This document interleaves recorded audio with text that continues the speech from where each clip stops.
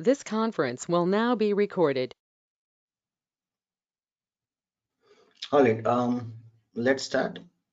I'm sharing my screen. You should be able to see my screen now. All right, again, today we are going to learn about the basics again. Some of you have already joined my demo, but please bear with me for today. We will repeat the same thing so that it's clear again, even for the new people who join today.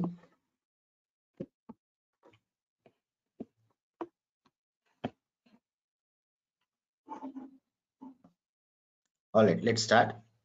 And many of you know that this is more about Azure DevOps, but initially we will spend some time in learning Azure, and later we will dive into Azure DevOps. Okay. All right, let's start.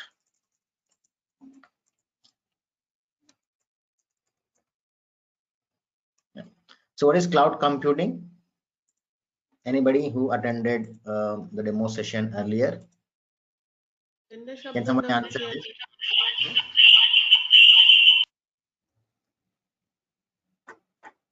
Please go ahead, Anju.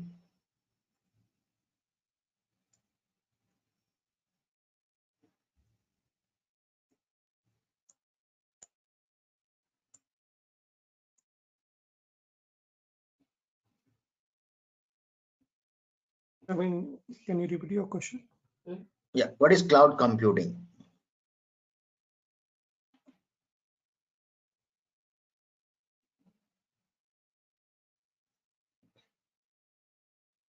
Anybody who attended my previous session?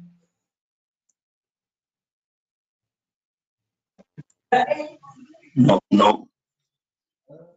Nobody. All right. Let me explain. So cloud computing is nothing but delivering compute services. Before that, guys, is there any back disturbance from my end? No problem. No, right? Okay. If there is any disturbance, please let me know.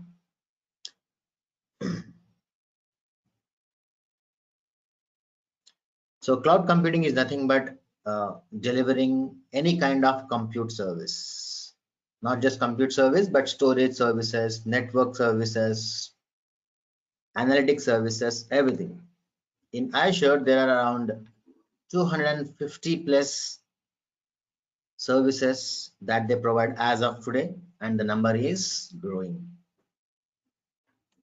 Okay, so let's say you want to create a server, probably let's say for 2 weeks, because you want to do some research on running some machine learning algorithm. Just for the sake of example, you want a huge compute power, probably 120 GB RAM and or 400 GB RAM or 100 cores of CPUs. Usually our laptops, right, those are 2 cores or 4 cores or 1 core. So there are small computers, but think about production environment or some large computers which have huge processing power. So you need to run some algorithm. So obviously just for temporary purpose, you cannot purchase a huge servers, right? So in that simple scenario also you can leverage cloud. You can create an account in cloud, you can create that huge server and you can run your algorithm for whatever number of days or weeks or months. Okay, and you deallocate that machine. From then onwards, you are not paying money to Azure. So a lot of flexibility will be there in public cloud. Okay, so you can create, I just gave an example of compute. So virtual machine or a server comes under compute section. And you can also create virtual networks. You can create storage accounts. Basically, storage account is another service wherein you can store petabytes of data. As of today, it supports 5 petabytes in one storage account. You can create 250 storage accounts. So each storage account supports 5 petabytes of data. It's very huge. I'm not talking about gigabytes or terabytes, but petabytes. So all that is possible in cloud. Okay, all right. So Microsoft Azure is a public cloud. The other public clouds, the major public clouds are AWS, it's from Amazon. GCP, it's from Google. GCP stands for Google Cloud Platform. AWS stands for Amazon Web Services. And Microsoft Azure, which is my favorite, it's a cloud platform from a company called Microsoft. We all know that. So now what is this public cloud? It's owned by Microsoft. So Microsoft is a hosting provider. So these guys provide services to anybody, including an individual person like us. And it also provides services to different organizations as well. So any customer, any company who wants to host their workloads into Azure, they can host their workloads, and any individual person like us, we can host our personal things. For example, I have my blog. You also might have some blogs, right? So we can also host our personal blogs or personal websites into Azure. All we need is create an account. So there are many different ways of securely connecting network. All that is possible in public cloud. So cloud is nothing but a service from a company which allows us to create any IT related things. It could be server, it could be storage, it could be database server, anything. It could be even IP address. Okay, that's a public cloud. Then why did they name it as cloud? Because the data centers are located somewhere in remote place for which we don't have direct access, right? That's why it is called as cloud. So we're accessing the cloud over internet. We don't know the exact location of the data centers. That's why it is called as cloud. So anything that you do with cloud is called as cloud computing. So creation of servers, management of servers, replacing servers, upgrading servers. So all this kind of work is called as cloud computing.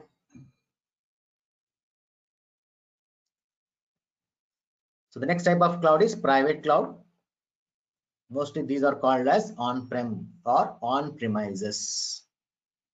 So usually, again, these private clouds are also provided by some organizations. So these guys provide only the services only to another organization, but not to individual person like us. And this is not very flexible like public cloud. They have set of services. We can only use those kind of services. But in public cloud, they always add new services, and it is dynamically changing. Every day they keep adding new services based on the requirement from the customers. So this is private cloud. So you have public cloud and you have private cloud. So many organizations are still in private cloud since 10 years, 15 years. So now because of the flexibility issues, everybody is planning towards moving to public cloud, including financial services as well. I was working for a large bank in the US for their cloud migration. So even financial companies like banks, insurance companies, even all those guys are also moving towards public clouds because of the benefits that they are providing. So now, what is hybrid cloud? So it's nothing but a combination of public versus private. I mean, public and private. For example, as I mentioned, right, some of the customers are still in private cloud, right? It's on-prem. So they might have hundreds of servers running in on-prem, and it's not easy to get migrated into public cloud in day one, right? It's not possible. So they will migrate slowly, one by one.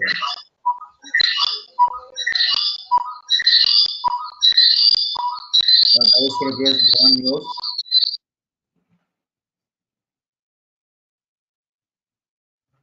Thank you. Yeah, so it's not possible to migrate everything in day one. So what people do is they do incremental migration. So they will first migrate an VM or any workload which has very less impact on their business. Even if something goes wrong in that server, they have very less impact. That kind of server is what people choose very initially. So they migrate one server, and that server which is located in public cloud now might have dependencies, might be still referring to on-prem servers, obviously, right? So that's where this hybrid cloud comes into picture. Some workloads in the public cloud and you have rest of them in private cloud. So the communication between these two clouds must be there, right? So that's where this hybrid cloud comes into picture.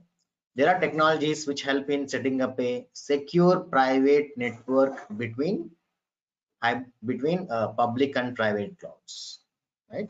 So you might have heard about site-to-site VPN. Nowadays, everybody is working from home. You connect from VPN, right? So that's point-to-site VPN because we are all individuals, one person connecting to our company's LAN, right? But think about you guys, all the team members working from office, and you need to connect to your client server via secure channel. That's where site-to-site comes into picture. So similarly here, if you have to establish a secure connection between public cloud and private cloud, there are two technologies that we can use. One is site-to-site VPN. That's a proven technology that is there in use since ages. But a new service within Azure, which is specific to this kind of scenarios, is Express Route. So Express Route is another technology which is a dedicated line between Azure and your organization. It's very fast and so it's expensive and it's not easy to set up. So don't worry about all that, but just remember that if you want to set up a connection between public cloud and private, then Express Route is a technology that can be used along with site-to-site VPN for setting up hybrid networks, hybrid clouds. Okay, let's move on. So obviously we discussed some of the benefits already, right? Scalability, flexibility, all that, high availability. So by default, for every service, every service in Azure is by default highly available. They have SLAs, so 99.99, 99.95. These are the percentage of availabilities that Microsoft by default agrees. So they will not provide 100% availability for any service. Okay, for obvious reasons, because any server, they need some maintenance time, right? They need some time to do some maintenance. It could be planned maintenance, it could be unplanned maintenance. So Microsoft does not give 100% availability to any service unless we use some workarounds for that.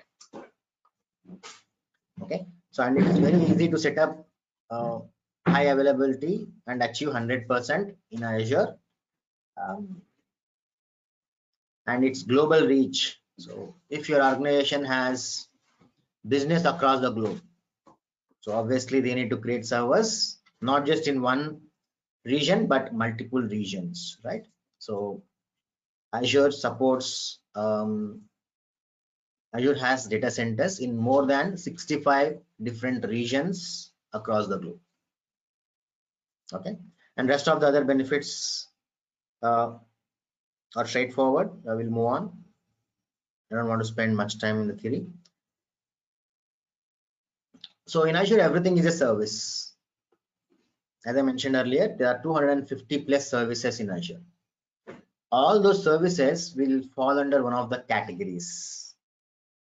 Okay, in the left hand side, you have on-prem or on-premises, but in the right hand side, you have the categories of cloud. The first one is IaaS, then you have PaaS, and you have SaaS. So IaaS stands for Infrastructure as a Service. PaaS stands for Platform as a Service, and SaaS stands for Software as a Service. So let's understand what is IaaS, PaaS, and SaaS now.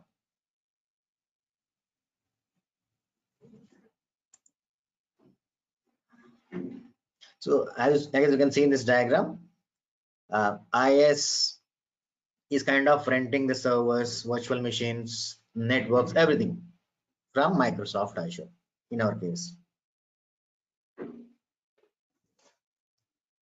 So they provide us entire physical infrastructure.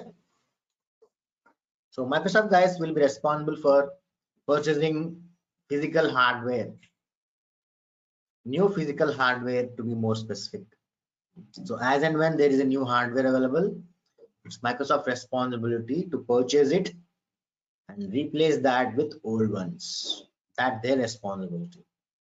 So purchasing that, setting up networks, setting up firewalls, security, everything. Security not just for individual machines, but also to entire building. Here building is nothing but data center. So Microsoft guys, employees will be working inside those data centers to maintain all the servers. So obviously Microsoft might be paying money to them, right? So that money will not be charged to us. And they will be spending a lot of money in power, right? AC for ACs, everything, maintenance work will be there. So a lot of work will be done by Microsoft themselves. So they will not charge anything for all that. They only charge for infrastructure. So we can purchase any kind of server that is available within Microsoft Azure. So all we need is we need to pay only for CPU, RAM, storage, and some other related services. So that's where IaaS, that's how IaaS help us. So they are giving only infrastructure to us. They're not going to provide any softwares. They're not responsible for any software upgrades or maintenance in IaaS. They're only responsible for maintenance of hardware. If something goes wrong with physical hardware, then it's Microsoft responsibility to fix it. Okay, let's move on. And here in IaaS, we can choose operating system plus its version. So if you want to go with, let's say, older version of Windows, probably Windows Server 2016, there might be a valid reason why you might want to go to Windows Server 2016, because some applications will not run in the latest OS. Probably they are developed only for specific versions of OS. In that case, yes, IaaS helps us in choosing a specific OS version. Okay, now if you move to PaaS, it's a platform that Microsoft is giving to us, not just infrastructure. They give us infrastructure, obviously. Along with that, they also give platform. They're also responsible for management of all the softwares as well, including operating system. So here also you can choose OS, but you cannot choose versions. You can only choose whether you want Windows or Linux. That's it. Automatically, Microsoft is responsible for upgrading them to latest version as and when is available. Not just OS, but any kind of software that is supported in PaaS. So it could be web servers, it could be frameworks, everything. OS is by default upgraded. They will only give us notification that we'll be upgrading OS on so time and date. That's it. You will not have any control to stop it. Okay, that's how OS works here. But what about other softwares? So these softwares are also automatically installed but not applied to our applications. So we have flexibility here to choose which version you want to choose for different tools and softwares. For example, frameworks, .NET, PHP, Java, right? So those new versions of frameworks will be automatically installed by Microsoft, but we can choose which version you want here. That's a small flexibility that will get with PaaS. So many customers are planning to migrate into PaaS because of all these administrative work done by Microsoft themselves. Definitely that will save a lot of money to customers. But the downside in PaaS is flexibility. You cannot log into the server. That's not possible. Okay, in IaaS as well as PaaS, in both cases, VMs will be there. A dedicated VM will be there for us. But unfortunately, in PaaS, it is managed by Microsoft, so we cannot log into those servers. It's not possible. For some reason, if you want to log in, it's mandatory for you guys, then you should not go to PaaS. You should go to IaaS only. So this is very important to understand.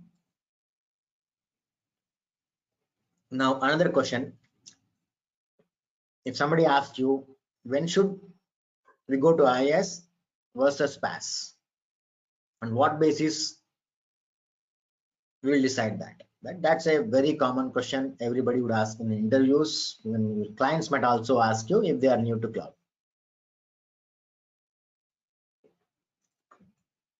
If you want complete control on OS, then you should go to IaaS. If you don't want complete control, then you should go to PaaS. So IaaS should be used for legacy systems, and PaaS must be used for all new development works. It's as simple as it is. Okay. All right. Let's move on. And the third one is SaaS. So here in SaaS, there are many vendors, not just cloud. Outside cloud also, there are many vendors who provide SaaS products. So they are responsible for infrastructure, they are responsible for platform, and along with that, they are also responsible for building applications and maintenance of those applications as well. So in this course, we'll not learn anything about SaaS products. Definitely, we will use some of the SaaS products which are there already, and I'm sure many of us would be using many SaaS products already, and some of them are Office 365, which is renamed to Microsoft 365 now, Dropbox, Google Drive, OneDrive. These are all various SaaS products that are available in the market, and many of us already use. And Google Photos is another SaaS product that is widely used. So there we are not paying any money for, I mean, we are only we'll take annual subscription or monthly subscription. That's it. We are not responsible for anything. Everything will be taken care by the vendor themselves.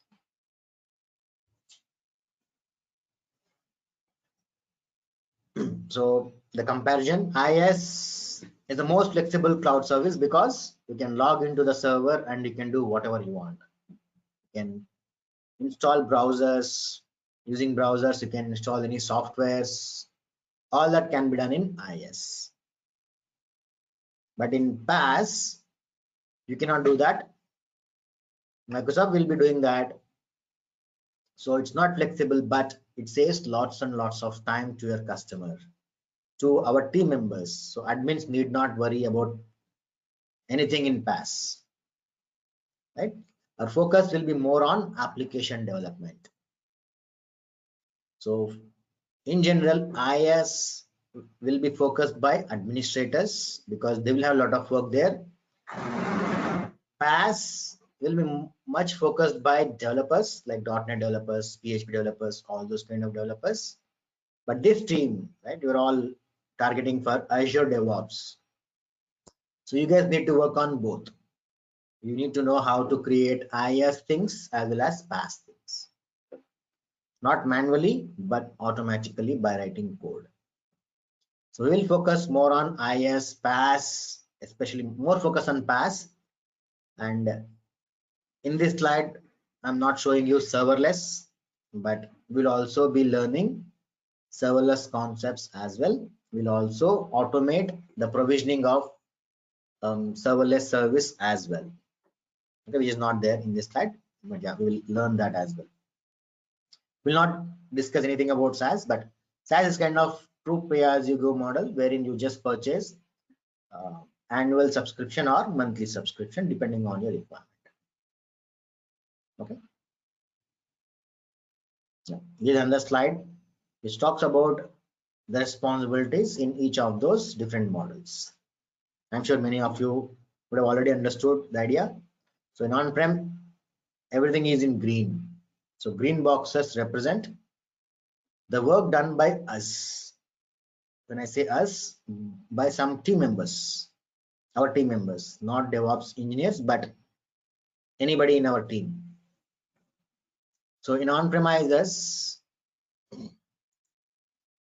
sorry guys.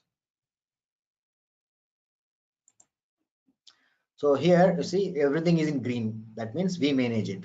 If something is in blue, that means cloud provider manages it. So in on-prem, everything must be done by us. But in cloud, when you move to cloud, in IaaS, some of the work is done by cloud. That means some dollar saving to our client. So from virtual machine onwards, it's our responsibility to manage OS. So management of OS means whenever there is a new update, new patch, new security patch, all that must be installed by us. Any new runtime like .NET runtime, framework, web servers, all those come here. And development of applications and data management access, everything is done by us in IaaS. But in platform as a service, work is further reduced, right? So we are responsible for development of applications and we are responsible for management of databases as well as access. So 80% of the work is done by Microsoft. So we only need to focus on our custom logics, custom application and database development. That's it. And finally, here there is nothing that we should take care. We only need to manage our data and access permissions. That's it. Okay. All right. So today we are going to learn about a PaaS service. But in the actual course, we'll learn about creation of virtual machines, all that stuff. So before we start working on creation of any service, the very first step that you should do is getting access to Azure Management Portal. The URL of Azure Management Portal is portal.azure.com. So now I request everybody to create Azure account. So it's very easy. Just go to Google and say Azure free trial. You can click on any one of these. I'll click on second one. So just click on start free. It is straightforward. It hardly takes 5 minutes or 10 minutes maximum. It will prompt you to provide a valid phone number for OTP, a valid email address, which is a Microsoft email address. So you can use your Gmail account, Outlook, anything. Okay. And then a card. It could be debit card or credit card. So preferably you should use credit card. And don't worry, it will not charge you anything. They will just do a test validation. They might debit 1 rupee and they will credit it back once they're done with validation. So phone number, email and card. So these three is a unique combination. You can create only one account with these three details. You cannot use the same details later for creating one more account. It's not possible. So when you create this account, they will give you $200 free credit, which is valid only for the very first month. So that's why this course is also 1 month. We will be having sessions even during weekends, because many people have reached out to me, the previous students, saying that they have their subscription expired and they were not able to practice many topics. So that's why uh, from now onwards, right, it's weekends as well. So you will have to practice almost the same day. Every day I will be doing a lot of hands-ons. I request everybody to practice almost the same day, and next day, in case if you have any questions, you should ask me in the sessions. Okay, all right. So I highly recommend everybody to create this. If not possible today, at least tomorrow, I should create this, because we'll be doing hands-ons. In case if you face any challenge, you can talk to sales team, which is available here. There's a blue box at the bottom. You can talk to Microsoft guys using this bot. Okay, they will definitely help you in case if you face any challenge.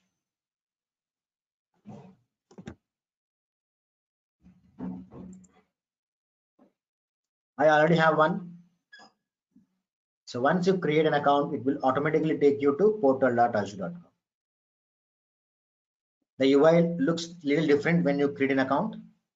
I have customized this website. So this website is completely customizable. You can collapse menus. You can set up default pages. You can change the themes and colors. You can change the languages as well. All that is possible. Okay. All right. So once you create an account, a subscription will also be created for us. Now you see here, a subscription is there as a filter here. If you want to see the subscriptions, you need to go to subscriptions menu. This menu is also very customizable. I don't see subscription menu here. So what I can do is, in that case, go to all services. If you remember, I was saying 250 services, right? So probably there are many more than that. You see, these are all general, compute service. The scroll bar, the list is huge, right? So now I want to see subscriptions, right? So all I can do is just search here and I can see subscription here. For on this, you will see a pop-up here and you can make it as your favorite menu item. As soon as you click on this star, it turns into blue and it also adds subscription in the menu at the bottom. Now I can drag and drop and place it anywhere.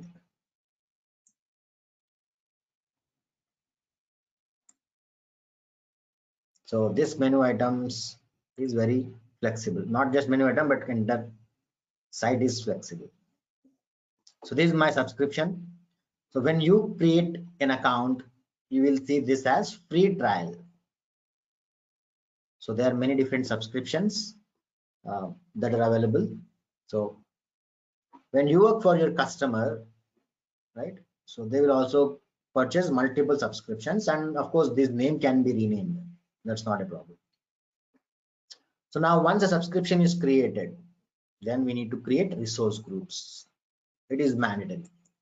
I already have one resource group. So now I would like to create a new resource group.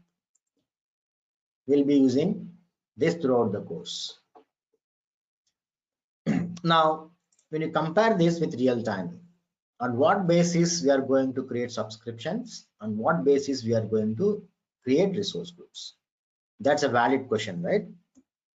So now there is no hard and fast rule by Azure, okay, but it depends on requirements, on how many subscriptions you will be creating in your project and how many resource groups you will be creating in projects. It all depends on requirements. Let me take two examples.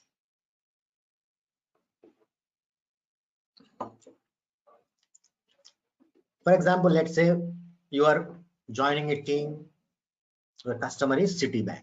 I'm just taking an example. So Citibank is a large company, right? It's a big company, bank. They will need lots and lots of workloads. They will have a lot of workloads used by their different departments. Obviously, Citibank means they will get the work done for their own company. It's not a service-based company, it's a bank. So they will be giving us requirements. Okay. So they will be getting development of applications done by us for their different departments. So for Citibank, you can create multiple subscriptions, one for each department. Okay, so department wise, we can create a subscriptions. That's one way of doing it. And in each of the subscriptions, we'll create resource groups. Now, on what basis we need to create resource groups, right? So each department might have n number of projects. For every project, you create a resource group. And now for every project, there will be multiple environments, dev, staging, production, blah, blah, blah, right? So for every environment, you will create a separate resource group. So the combination is department, project, and environment. For a combination of each of these, you will create a separate resource group. That's one way of segregating the resource group. Okay. The second one is people create separate subscriptions for separate environments. That's another way of creating subscriptions. And again, resource group per project, they will have a separate resource group in the second option. Okay. All right, let's move on. In this course, we are going to create only one resource group for now for dev environment. Our project is Azure DevOps. In your project, you might have your own name, and then here we are working initially with dev environment. Later, when we do automation, we'll also create UAT and prod as well. And then you have location. We will be creating our services in East US. And then finally, what is the type of this resource group? It's RG1. So RG stands for resource group. So that's a simple naming convention that I'm following here. When you work for your customer, probably the naming convention might be a little complicated as well. Okay, but definitely I highly recommend you guys to also follow this naming convention, because very soon you will end up creating many services when you're working in projects. In no time you will be creating hundreds of services. You don't follow proper naming convention, it's very hard to understand why it was created, and there is no way to rename the resource groups or the name of any resource. Okay, so naming convention is very important. So validate. Our validation inputs are validated, and you can review it for the final time and click on create. So our resource group is ready. Let me make some room by clicking on this essentials button. So every service will have a lot of settings. Some of them are common, some of them are specific to each service. Okay, so we'll not be able to learn everything because there are thousands of such services. We will be focusing only on the common ones and important ones, and rest of the services we should learn based on the requirements. Okay, all right. Now here in the resource section, we don't have any resources created yet, obviously, right? And today we are going to create a PaaS service. In fact, two PaaS services for hosting web applications. Now, in order to create web applications, we need to have a server. And in PaaS, that server is app service plan. So app service plan is a kind of server. It's not just server, it's beyond a server.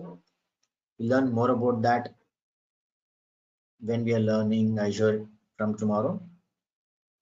So once, let's now create an app service plan. You can click on this create button. It will take you directly to the create app service plan page. And every service while you're creating, it will have tabs like this. Some of them are mandatory, some of them are optional. Basic is mandatory. Everywhere you will see this.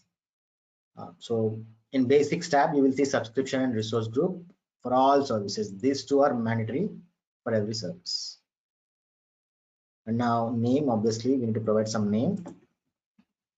az-devops-dev-east-west-asp1.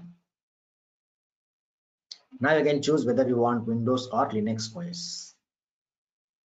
So one limitation here is you cannot choose version. That's an interview question probably. Is it possible to choose a version of OS when you are creating your app service plan?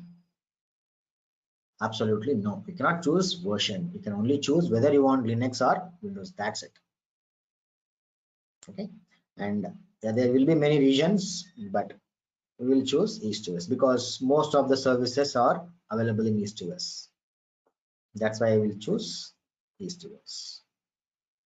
And here I can select the size of our server. So let me pick. So Praveen, when the version is about which version gets selected automatically? Is latest OS only version? Its latest version.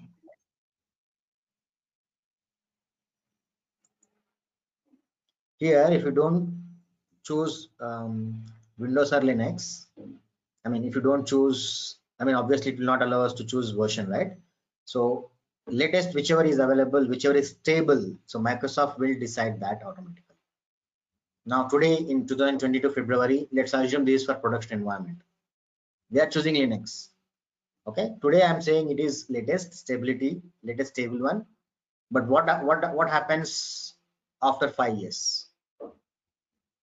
Right? So automatically every time there is a new stable version, it will be upgraded by Microsoft themselves. So after 5 years, if you come and see here, it will be the latest stable version will be selected automatically. That's how PAS works.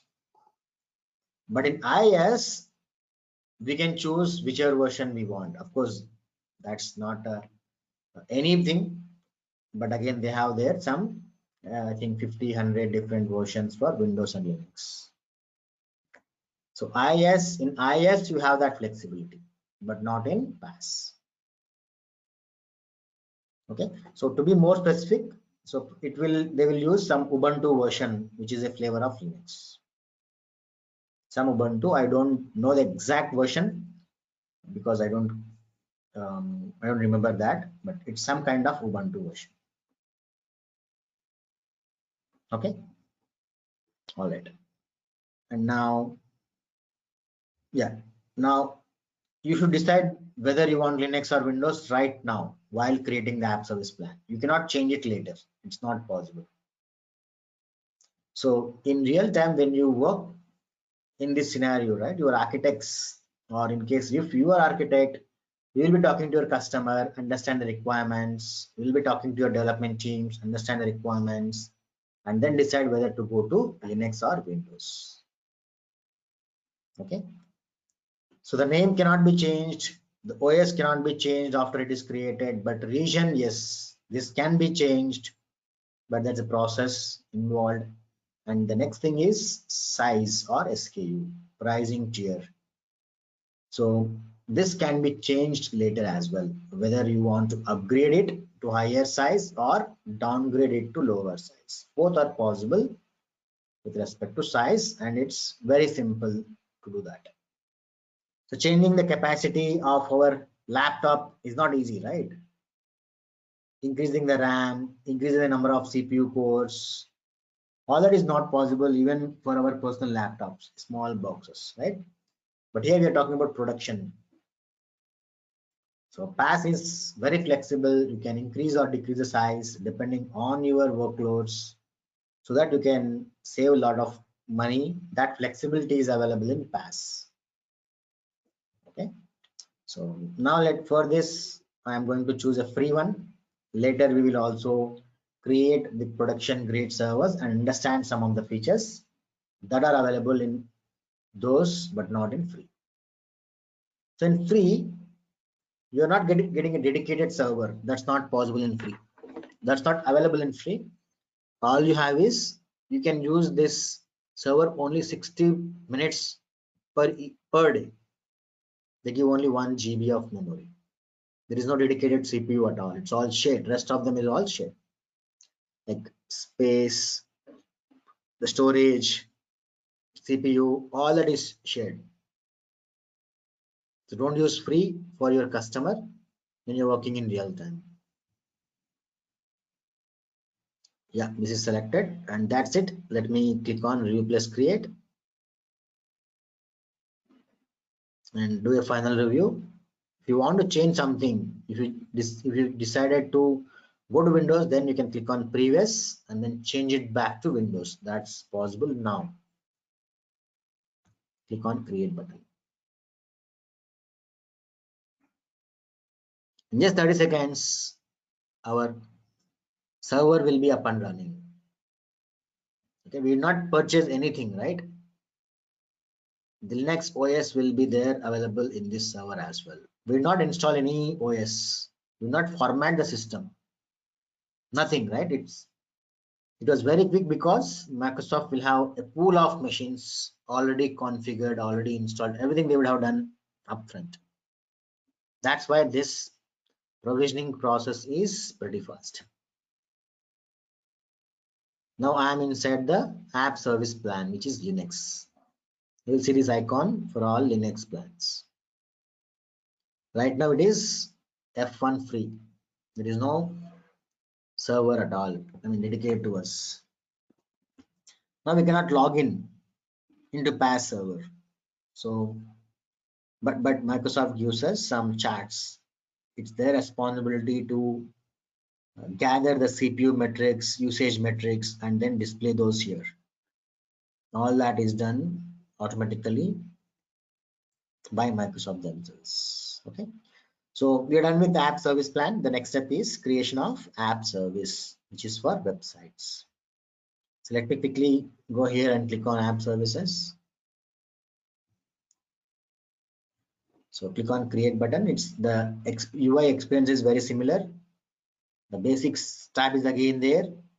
Tags, review plus create. All these three are there, but now you see two additional tabs. These two are not mandatory, they're optional. So for now, we will ignore them. I'm going to create the web app by providing the subscription resource group name. And you see, there's a new thing. They are saying that, do you want a database as well? Then you can click on this link. Probably they might have. I never use this, but if you open this in a new tab, you should see additional tabs for database as well, probably. So that's a new link. It was not there earlier. I don't remember seeing that.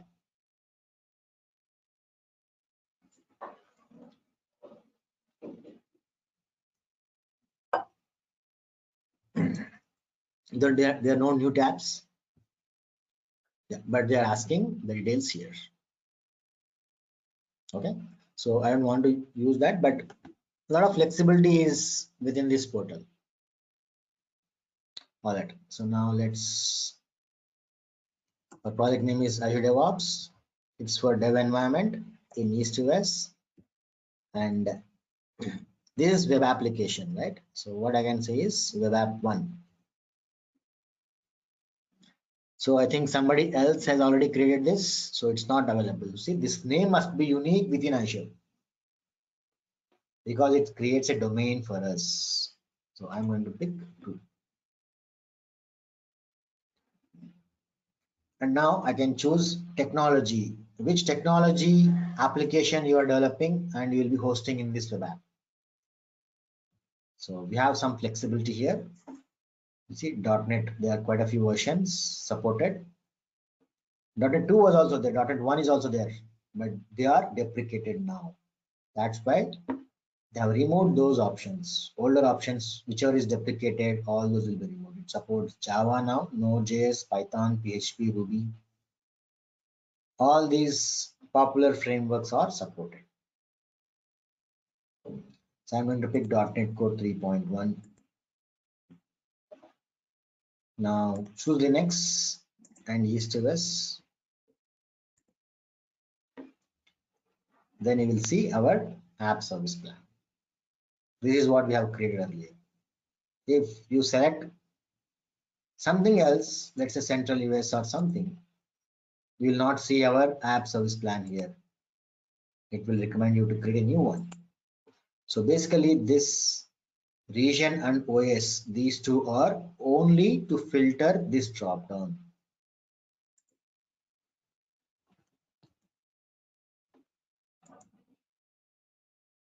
Okay, all right, so we're done. Then these tabs are not mandatory, so we can disable them. We'll learn about this later. Yeah, these are also disabled. Finally, review plus create. Review all the details, click on create button. The app service will also be done in another 30 seconds. This time will depend on the load on Azure. If there is no load, obviously this will be created in 10-15 seconds. If there is some load, probably it goes beyond 30 seconds as well sometimes. Yep, it is done. Navigate to this app service. You can see all the details, the URL of this app service. You can copy this, or you can click on this. It will open up a browser tab and it loads up the website. By default, Microsoft creates a simple HTML page, a default page. If it is showing blank one, it doesn't look good, right? So they provide a HTML page as well. Now I mentioned earlier that in PaaS, you cannot log into the server. So now how do you deploy? How do you let developers deploy their application into the server? Right? That's a fair question, right? So though we cannot log in, still there are some techniques in which you can deploy the application. For example, you see here FTP credentials are there, FTP username, FTP URL. All those are provided here. Password is also there. There are multiple places where you can see the password. We'll discuss about that later. But now I would like to see the file. Which file is this? This is an HTML page, simple HTML page. Right click, view page source, will show us all the HTML page. The title is coming from here, Microsoft Azure App Service Welcome. Whatever you see here, right? The title. Let me collapse this.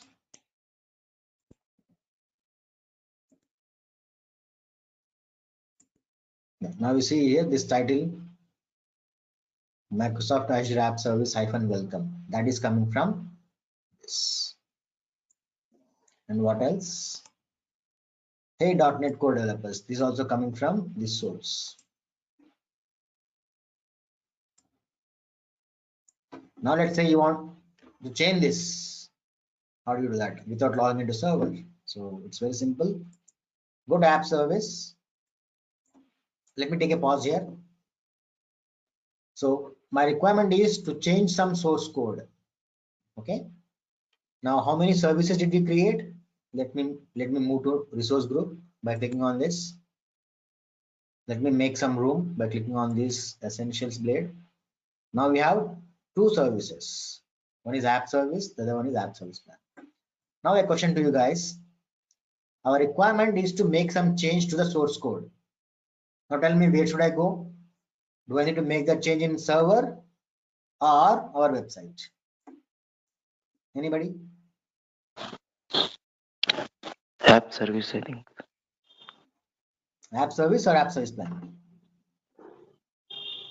App service plan. App service plan. Others?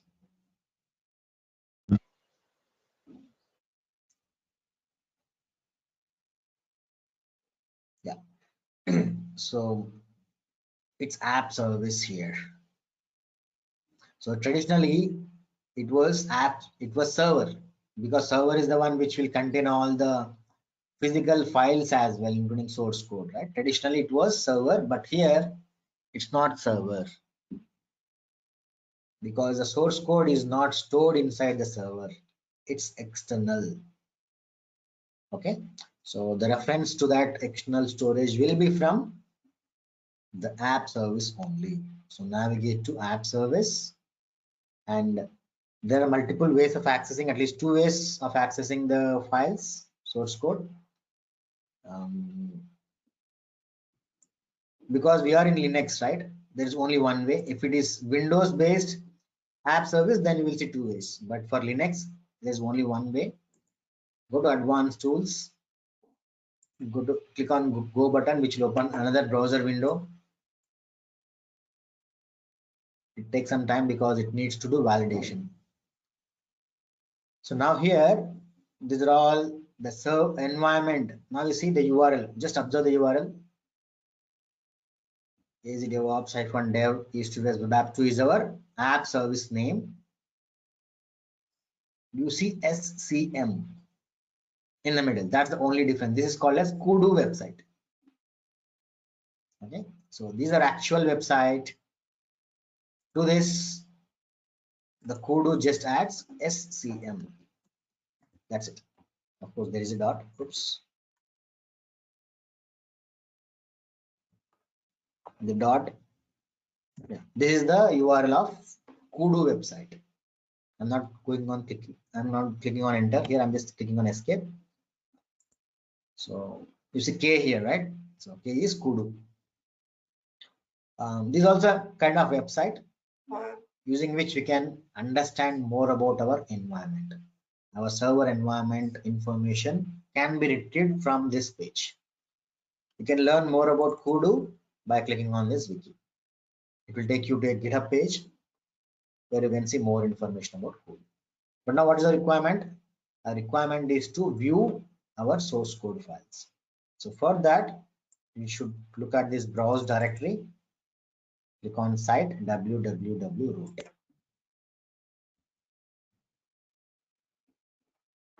Now you see there is only one HTML page. This is the HTML page that we were seeing earlier. Its name is hostingstar.html.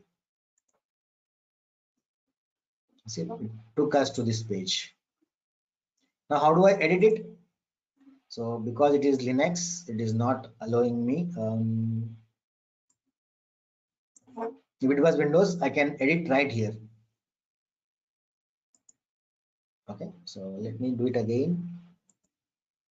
Oops. Let me go to SSH here.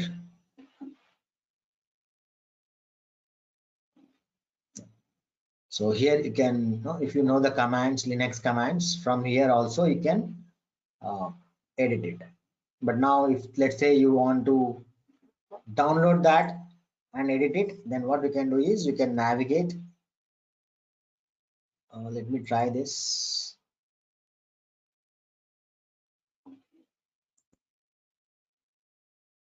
Okay, because I have created Linux from the browser, it's not supported, guys. But if it was Windows, we can do that right from the browser, changing the source code, all that. But now for Linux, if I have to do it, I need to install an FTP, FileZilla. I need to connect to FTP, and then I can download. Let me quickly do it. I know I'll just take 5 more minutes, guys. Let me show you this. Go to FTP by copying the name passwords here. You don't see password here. One way of getting the password is by clicking on this button, get published profile. It will download a file, an XML file. I can open that and directly you can copy the password from here. This is password. Let's see if we can connect to the password to this FTP quickly. I pasted this and username password will be here. Let me copy it from notepad, that will be easy. This guy is username.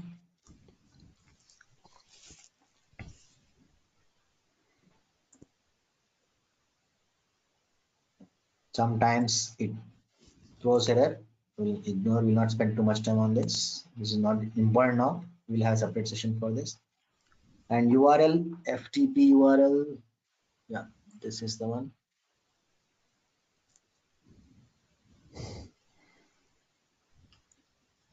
Control C and paste it here. Nothing. Let me this is the username from here to here.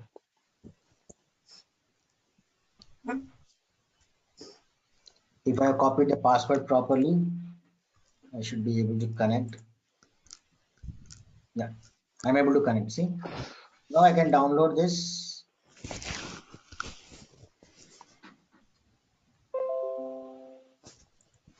It downloaded the file to some location in my local machine.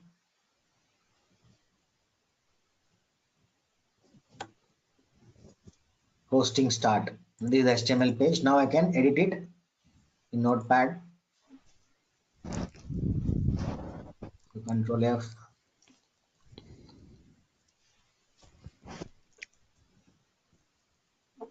It says app service developers, right? I will say a DevOps engineer.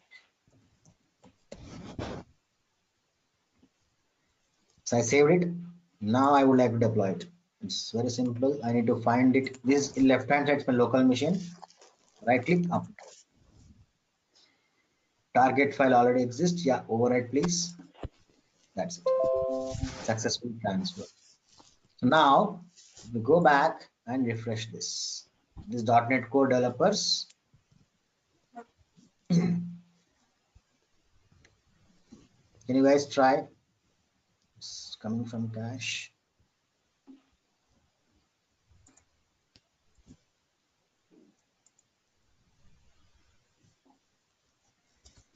Can somebody try, guys? Let me share you the URL. Sometimes it might be coming from cache as well. I'm sharing this in the chat.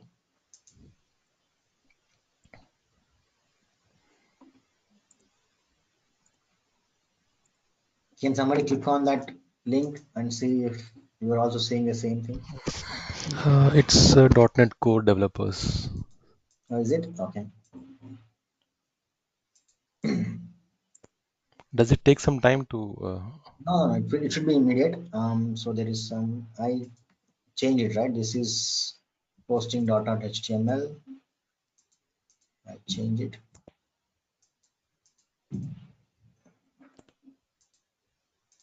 Is there in multiple places?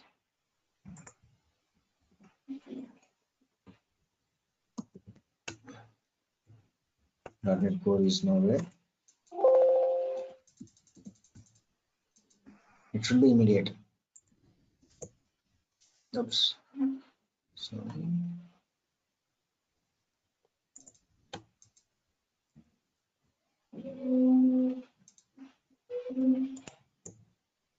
Time to take to next step, deploy a code, blah, blah, blah. Is the same page?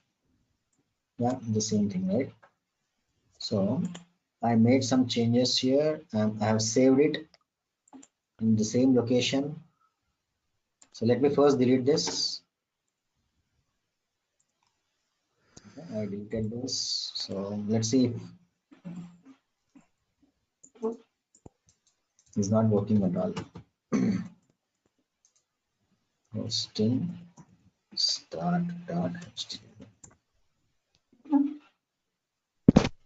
All right, let's not spend time, guys. I will check this in Linux. Why is this happening? And I will let you know, guys. Okay. Otherwise, that's the process. You can manually connect to it and then make changes and deploy. So this is manual way of working, but we'll also see how to automate changes. We How to used to automate. restart any services. No, not required. So let's do that. Yeah. Let's quickly stop because it is Linux. Let's see. I stopped our server. Yeah, server is stopped now. Let's see.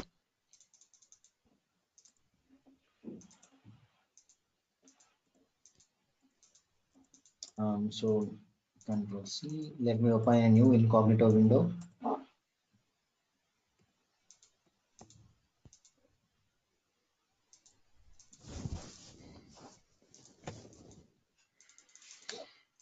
Because it is server is restarted, it will be a little slow initially. Yep, I think it's not reflecting the Not changes. working. Yeah. Let me try offline, guys, and I will let you know. Yeah. Okay. I think I'm done, guys. I will let you go now because it's 10 minutes late. So any quick questions, guys? I'm done for today. Basically, app service plan is like it will be collecting the resource, right? It can It have provides multiple. app service plan is the one which provides compute resource for web applications to run. Yeah. Okay. And when we create a app service, it will automatically create all the IAS and operating system, because if you're running this particular .NET, this URL, this HTML, so in Linux or in Windows, does it install the IAS as well directly? Yeah, correct. Okay. Everything will be automatically created upfront.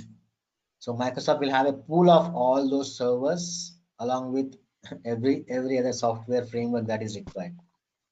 Not just um, for .NET applications, but PHP, Java, Python, Node, Ruby, for all these runtime stacks, they will have a pool of servers pre-configured. Okay.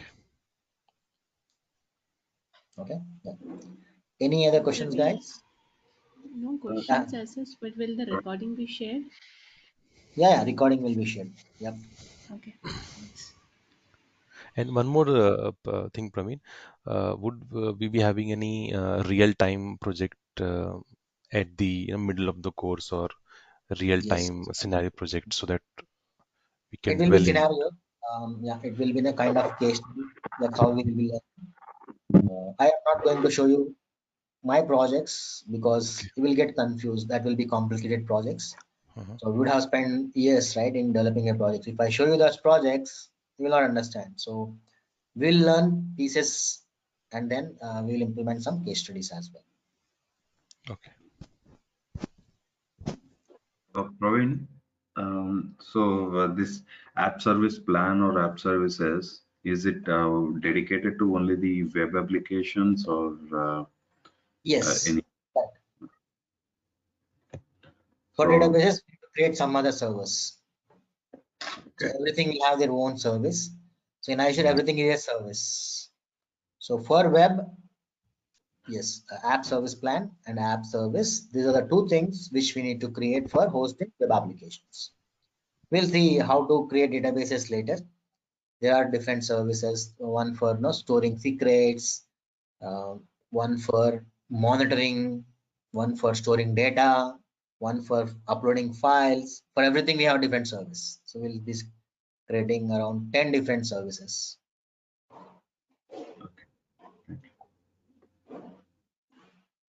And Praveen,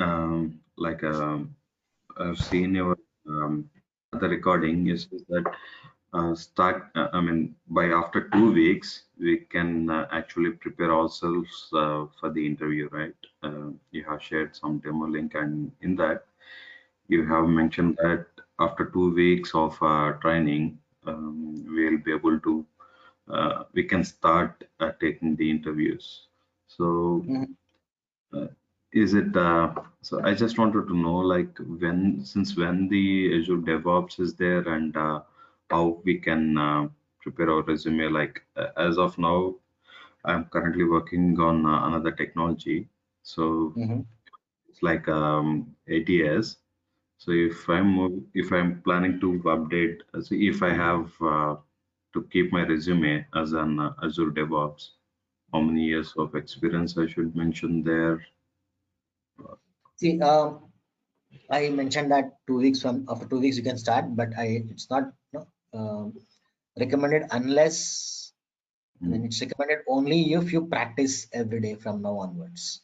yeah, yeah, So you are already working. I'm not sure how much time you can spend in learning things.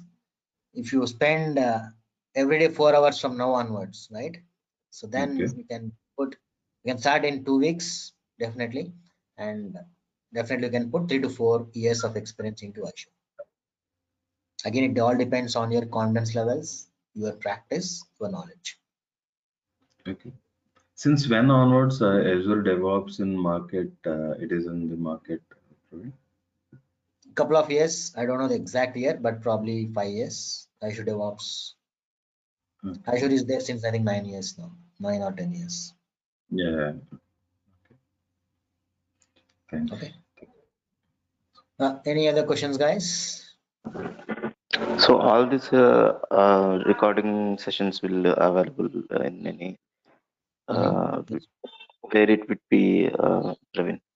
So whenever we miss All depends. something, right? We People have from to back up. There are people from multiple sources. I think if you are from me, you need to be in touch with me in WhatsApp. If Okay, you are from other vendors, you need to touch with a point of contact. okay. Yeah, So these sessions are put it in your locally, right? somewhere Videos. you'll get those recordings. Don't worry. Okay, fine then. Thank you. Any other quick questions, guys? If not, we'll stop it here. We'll resume back from tomorrow. Okay. Thank you, Praveen. Yeah. Thank you, everybody.